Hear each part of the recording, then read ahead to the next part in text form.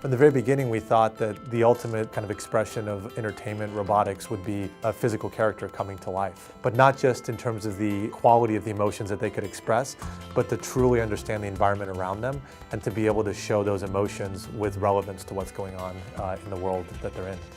The goal was to make a character that had the size, shape, capabilities, and physical form factor and practicality of a character that could do all the things that we wanted to do.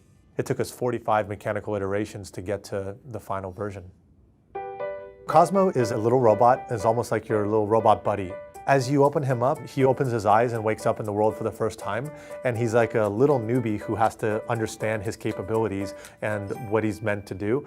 And he wants to be more than he really is at that point. And you work with him to explore the boundaries of his skills. And as you evolve that, he becomes more capable and much more diverse in the things that he can do.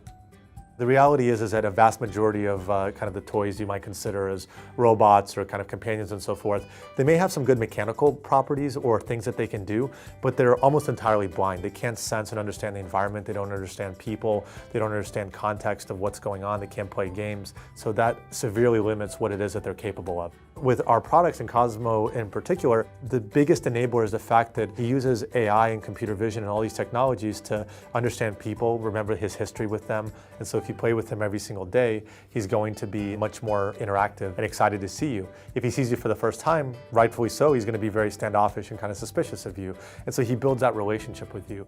At the end of the day, part of the fun is in really testing him and seeing the boundary of his experiences. What happens when you poke him? What happens when you roll him over? When you pick him up and toss him around in the air? When you play a game and you beat him? Why does he, is this little grumpy, mischievous guy who sulks and makes excuses for why he lost and then wants to kind of get better?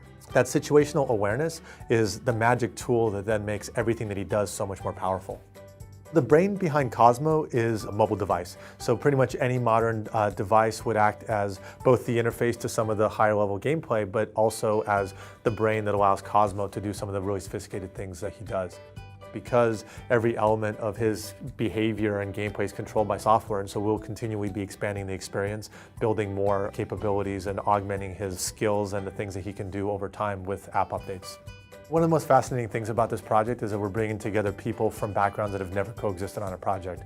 So we literally have animators that have worked their entire careers at places like Pixar or DreamWorks that are animating the first physical character like this in the real world. Game designers making games for this little guy to make him feel alive and amplify him.